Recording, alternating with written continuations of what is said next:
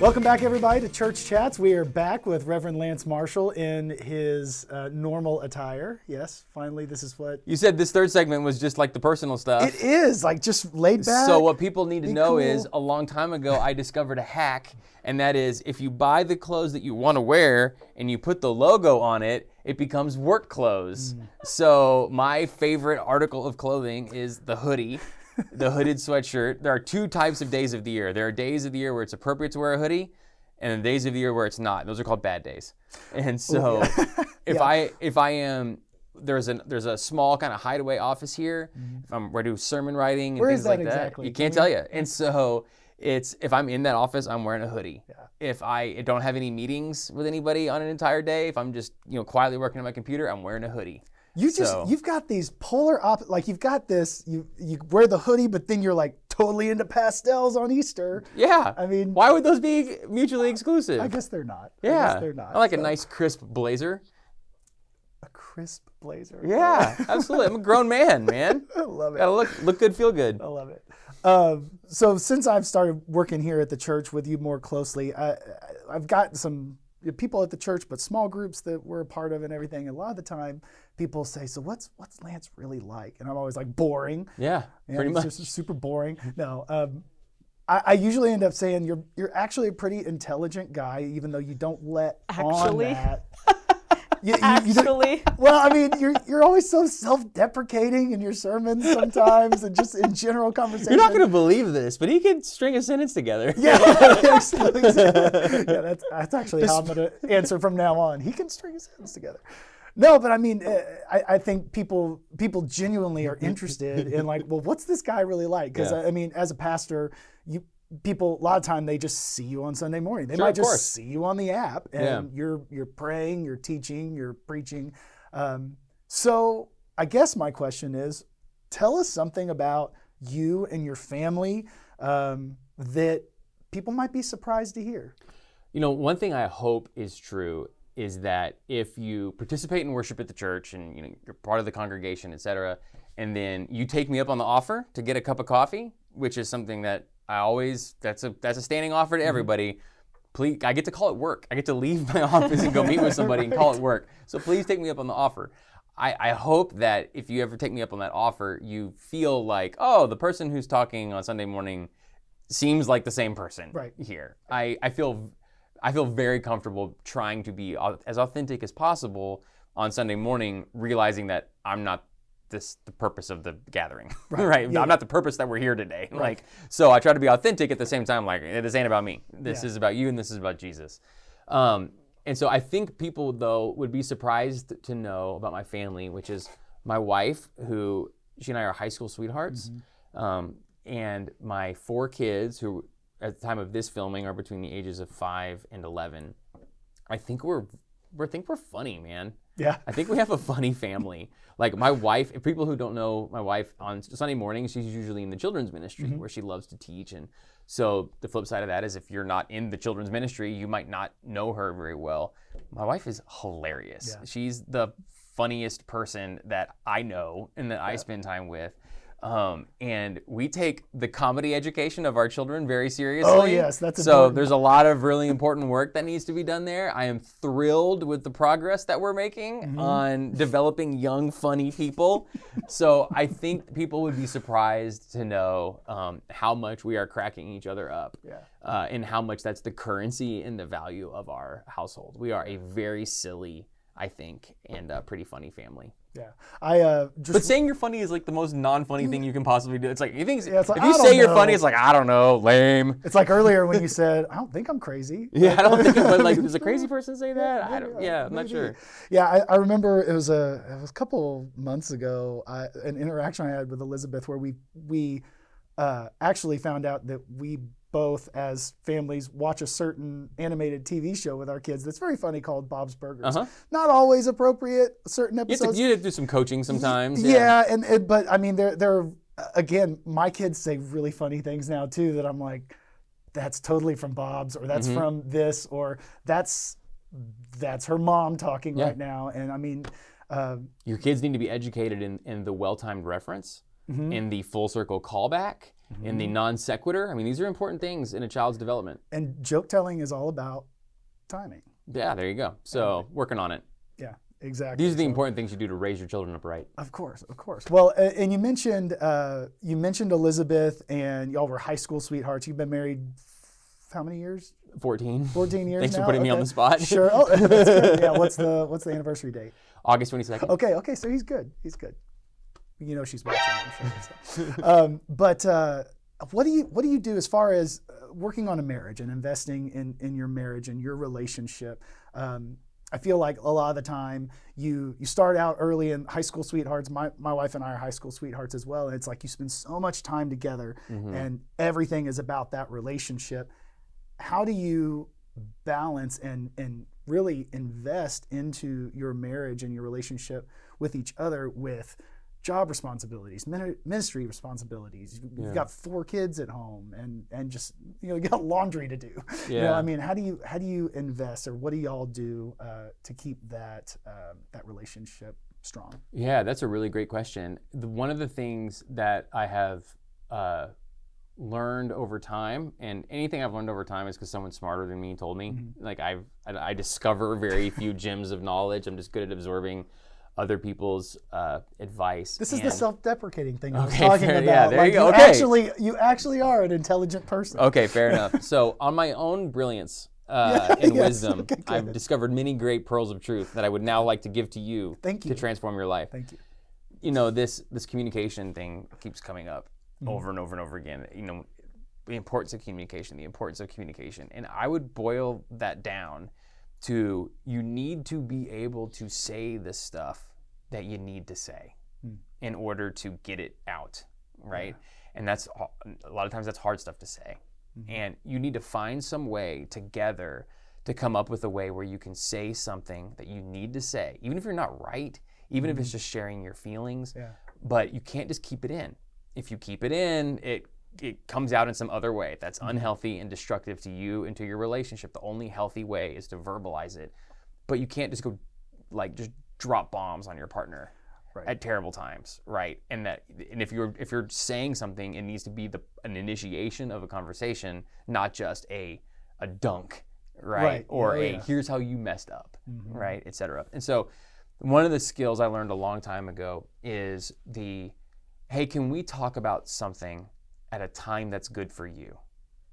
Does that make sense? Yeah. Oh, yeah. So if there's things that Elizabeth needs to talk to me about, there are certain windows of time that are less helpful for that. And for example, I'm a wreck on a Sunday morning or Sunday afternoon after church. I am drained. I'm full of self-doubt. It's now not a good time to also lift up all these other ways in which I could be doing things better. And so sometimes we can intuitively know it about each other. These are the better times for generative conversations. And sometimes it's, hey, can we later on this afternoon, can we, I like to talk about some stuff, and can we do that? And usually that goes pretty well. And then the leading edge is you always own it. You say, I'm feeling like blank. You don't ever say, you, Clint, are doing this thing, right? Wrong thing, whatever. It's, I am feeling like blank. This is how I'm feeling. And it could be tied to something that happened or didn't happen, but it made me feel like, et cetera. And that's the getting it out part. Yeah. And that's the bedrock of good communication, and understanding that that's not the initiating a conversation with another person, not just expecting them to go, oh, I'm so sorry, of course you were right, et cetera. Well, yeah, and being able to hear their answer to what you said, and soak that in as well, and own up your thing too. So and everybody wants to be a good partner, and also one of the things you lifted up too, we both have been in long relationships, and so I didn't have a lot of skills at 16. Sure. I didn't have a lot of skills at 18. Yeah. I didn't have a lot of skills at 25. Still developing skills today, right? And so there's also that we're growing together too. And you're a different person than you were 15, 20 years ago, And so that's been really helpful for us in our relationship. We do have, as much as we've grown, we continue to grow different in some ways, which are meaningful, and then also we're still growing together, and we share a lot. And there's a lot of different kinds of intimacy, and different kinds of intimacy are social intimacy. Do we share the same friends? Intellectual intimacy, are we talking about what we think about the world with each other and stuff. And so there's lots of different kinds of way to be intimately connected with someone. And that are we growing together is how much are we sharing intimacy in those other aspects of our life. Yeah. So anyway, something that someone smarter than me said that I've picked up on over time. It's the self-deprecation. It just never ends. As far as we talked about your family, a lot of your hobbies. One of the things that people do ask me, what's Lance like? And one of the things I'll say is, well, I feel it's kind of kindred spirit in this, in that I kind of go from thing to thing and I learn about it and I get into it. And we've talked before, we used to be really I'm still into basketball, but you've told me before that you've kind of, NBA is not on the top of your list. I like discovering new things. Yeah, you do. And so that's one of the things that you seem very curious. And in lots of different areas, whether that's music, guitars, photography, F1 racing. I mean, you go from thing to thing, and so that's one thing that I've noticed about you. Tell me about some of those hobbies and the things that you like to do outside of just church worlds. Yeah. So my biggest hobbies that are pretty long lasting is guitar. I've played guitar since I was in 7th grade. It should be so much better than I am by now. It's horrific. At one point I had to be like, look in the mirror and be like, it's okay that you're terrible. Like it's okay. Like you're okay at other things. It's okay to just have a hobby even though you're so bad at it. And so guitar has been one forever. That's just for fun. In fact, I'd never played guitar in front of any other human being, like pretty much including my wife, until the pandemic, and I needed to fill in for a couple times at the Gathering band. Yeah, and so I was very uncomfortable. You were a nervous wreck. Very uncomfortable. Really so it's just something for me. It's something for fun. I've always enjoyed video games. Kind of grew up in the Nintendo generation, and so my thing is I don't play any violent video games. I don't shoot or kill things anymore in games, which means I'm mostly into playing sports games. So my favorite way to play video games is to play career mode of sports games, where I always sign up for, I get the lowest level team, and I like to build them up over the course of seasons with trades, drafting, etc., things along those lines. So right now I'm working on Leyton Orient and FIFA 23, trying to get them up from EPL League 2 up to the championship. And I usually play video. People ask, like, do you play with friends online? And I don't, because I typically play between 5 and 5:45 in the morning. Yeah. Because I've got kids. That's the only time you have to yourself. So I listen to a podcast or something like that, and I play, and then it's time to go do other stuff. That's just some fun me time. And then photography has been a on-again, off-again hobby for a long time, and it's an on-again in a big way right now, Clint. Oh, yeah, it's big time going on. That's all I'm hearing you talk Because about. when you've got little kids, you can justify anything. You can justify the camera because you're like, my kids are never going to be little kids again. And so if you want to talk about the difference between full frame versus APS-C sensors or micro four thirds sensors, which I think are really underrated when it comes to video output and elimination of rolling shutter and things along those lines. And I'm really interested in that kind of stuff right now. You're going to have the photographers of the church just approaching you. Yeah, that was a videography reference too, but they're both, in mirrorless systems, they go both ways. But yeah, I was showing off to Clint. I bought, you can put a picture of this up if you want, Allie. I bought the Ricoh GR3. Yes. Is something that I just purchased, which is a camera that doesn't zoom. It doesn't zoom. It doesn't have any zoom. It's a fixed focal length camera. But the whole principle of the camera is what's the best sensor and the best lens that we can possibly put in a camera that still fits in your pocket. Yeah. And so, anyway. What about nerd alert? What about this? It's fun. They're great. They take great photos. I take a ton of cell phone pictures. They're incredibly useful. That ain't a camera, bro. It's always in your pocket. It's always in your pocket. It's totally fine. Again, I'm not talking to normal people right now. I'm talking to crazy people. Gotcha. And to crazy people who are like, I love photography. It's a really cool camera system. Really love the Ricoh GR3. Great dynamic range on it, so you can push and pull when you're editing. Yep. Underexposed, pull those shadows up. So that's a hobby too. So I like to take photos and I shoot them all in RAW, which is the most editable file your camera can put out, including your cell phone. And then when I'm, sitting on the couch and we're together, just kind of doing downtimey things, I like to edit photos. Yeah. And so that's a fun, revisiting of the experience. And then we have a connection between our photo account and the streaming thing on our TV. And so our kids can pull up those photos and those videos and watch them. And so, that's a huge hobby and something I'm really into right now. Nice. Well, it's always good. Like you said, I'm the same way. I take so many pictures of my kids. So maybe I need to get one of these Ricoh. Well, no, you don't. It's nerd stuff, man. You don't. But one of the things you alluded to too is like I'm not afraid to let stuff go. Like I play electric guitar exclusively for 20 years, and then just recently traded all of it in for one acoustic. He walks in. He's like, so I got rid of my rig. I got rid of the electric guitar and everything, and the pedal board, and I'm straight acoustic now, man. Yeah, and the reason is because I am allergic to clutter. Mm-hmm. And if I can ever take many things and combine them to like awful. Did not look like this when I was the primary person up here. I just, and so if you can take 3 guitars and a pedal board and a bunch of cables and all that stuff and you can combine it into one thing. That's my jam. Sure. And so like I have this camera right now that I love, but if it comes time to get another camera, I will not have 2. I will just have the one. I don't accumulate stuff. I love to let material items go. The phrase I use at the house is I charge everything in our house rent. And I like that. You know, there's the square footage of your house, and there's how much you have to pay. And if this item can't pay for its own square footage, it's gone. So I love to get rid of stuff. Does that include your kids too? They're doing a great job. They're a high value add. Okay, good. So don't have to worry about that. Okay, that's good.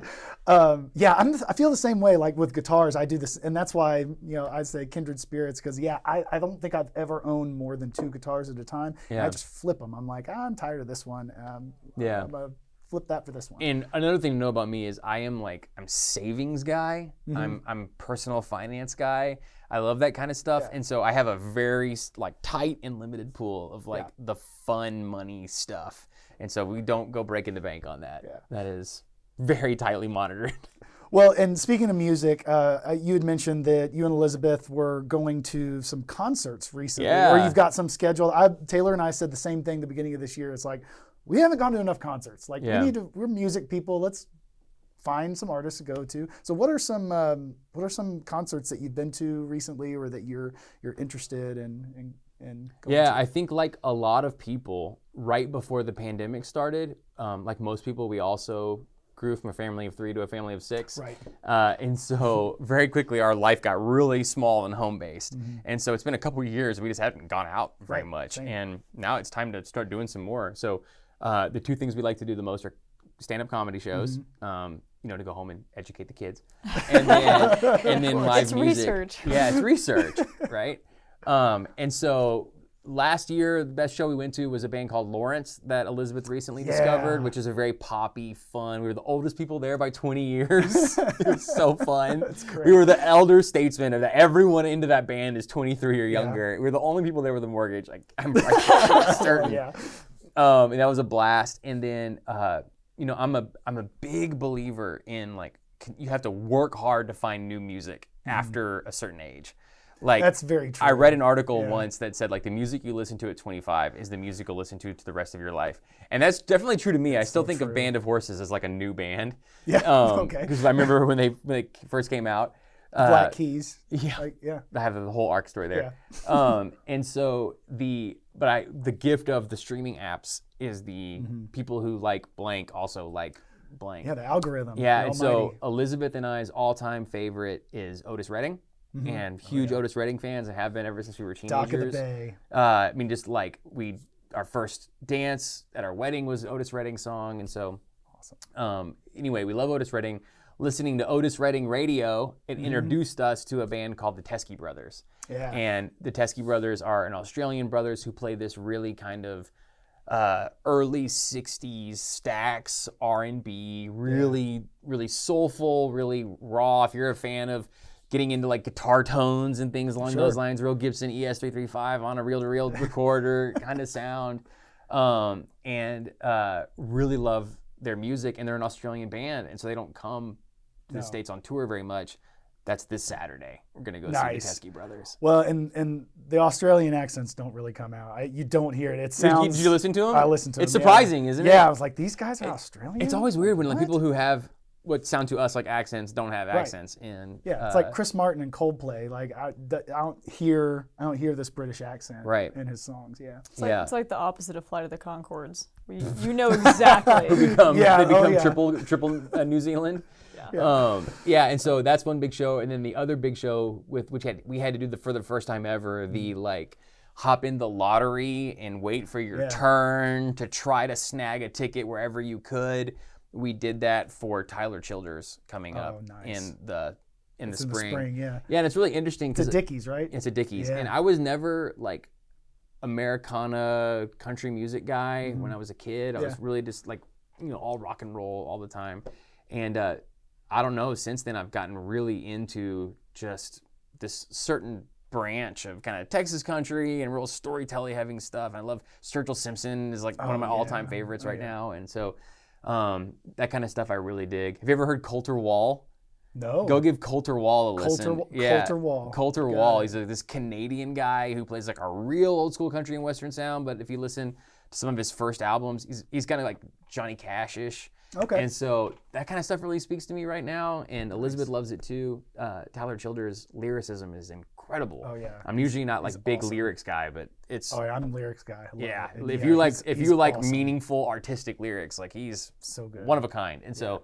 Yeah, I got some big shows lined up. And so, that's awesome. Yeah, get a babysitter in here, man. It's time to go to a show. No kidding. So I'm really excited about that. Nice. Well, this has been really fun. Thank you for joining me for Church Chats. Of course. Come again. Like this will be fun. We'll talk about some other hobbies. You know where to find me. Yeah. Yeah. So again, Reverend Lance Marshall. So glad that he could join us. Thanks for joining us too, and we'll see you next time on the next Church Chats.